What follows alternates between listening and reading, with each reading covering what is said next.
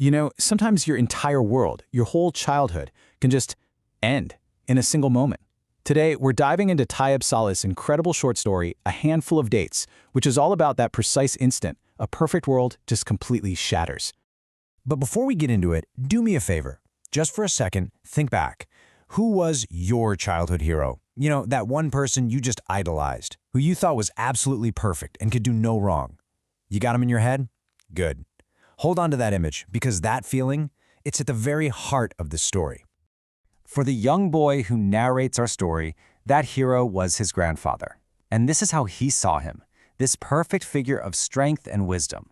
I mean, this man was more than just family. He was the center of the boy's entire universe, a total legend in his eyes. And man, their bond was everything.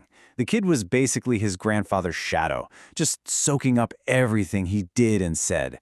Life seemed so simple back then, right? Good guys and bad guys. And his grandfather? Oh, he was definitely, without a doubt, one of the good guys.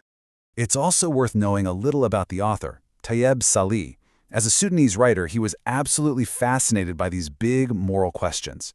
He wrote a lot about how things like greed and power can create these huge, messy conflicts. So yeah, this isn't just a simple story. It's a deep dive into what's right and wrong.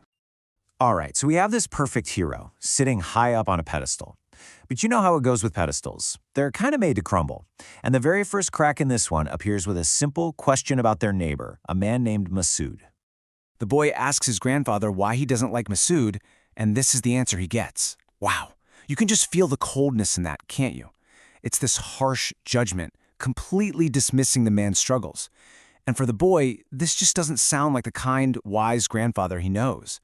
It's the first clue that there might be something harder, something different hiding underneath. And then, the bombshell drops. The boy learns that his own grandfather now owns 2/3 of Masood's land. 2/3.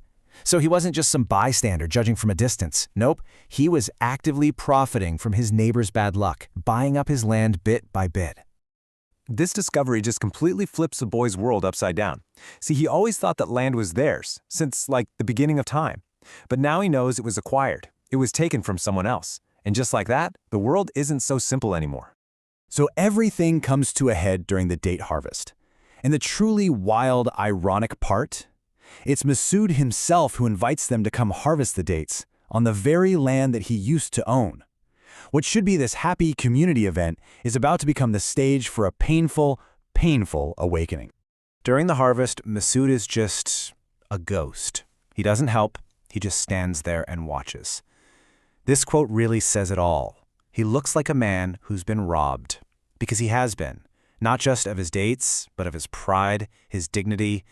And the man who did it is standing right there, supervising. And the grandfather's behavior is just brutal. There's no charity, no mercy. He's carefully counting every single sack of dates to make sure Masood's debt is paid in full. The boy is literally watching his hero transform into this cold, greedy person right before his very eyes. And you just can't unsee something like that. In that moment, all that pure admiration the boy felt just sours, like milk left out in the sun. He's witnessing a profound injustice, and the person responsible is the man he loves most in the world. The love doesn't just disappear, but now it's all tangled up with sorrow, confusion, and this dawning horror.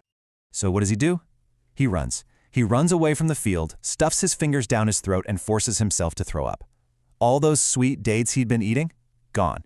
This is the moment of the story. It's so much more than a physical reaction. He is symbolically rejecting everything he just saw. He is purging himself of his grandfather's greed. So what does this all really mean? That dramatic act is way more than just a kid with a stomachache. It's a powerful moral statement. Let's unpack the ideas at play here. The symbolism of the dates themselves is just brilliant. They start out as a simple joy, a sweet treat shared by the community. But by the end, they represent everything that's gone wrong. The greed, the suffering, the ugly truth of the adult world. The sweetness has literally become toxic. When you really boil it down, this story hits on some huge themes. Of course, it's about the loss of innocence, but it's also about a moral awakening. The boy doesn't just accept this new, ugly reality. He actively rejects it. He refuses to swallow the injustice he's seen. So why are we still talking about this story so many years later? Well, it's because it taps into something so fundamental, so universal, about what it really means to grow up. Just look at this breakdown. The journey from the before to the after is the entire story in a nutshell. A hero becomes a flawed man. Sweetness becomes corruption. A simple world becomes terrifyingly complex. That painful, necessary journey from childhood into adulthood is captured perfectly right here. And that's really the core of it, isn't it? The story hits home because we've all had a version of this moment. The moment we realize the people we put up on pedestals are just people. Complicated, messy, flawed people. It's heartbreaking, for sure, but it's an essential part of life. And that leaves us with one final thought. The boy had to physically vomit up the dates to reject a system he knew was wrong. It kind of makes you wonder, doesn't it? What toxic sweetness, what convenient lies or inherited injustices have you had to reject in your own life to hold on to your own moral compass?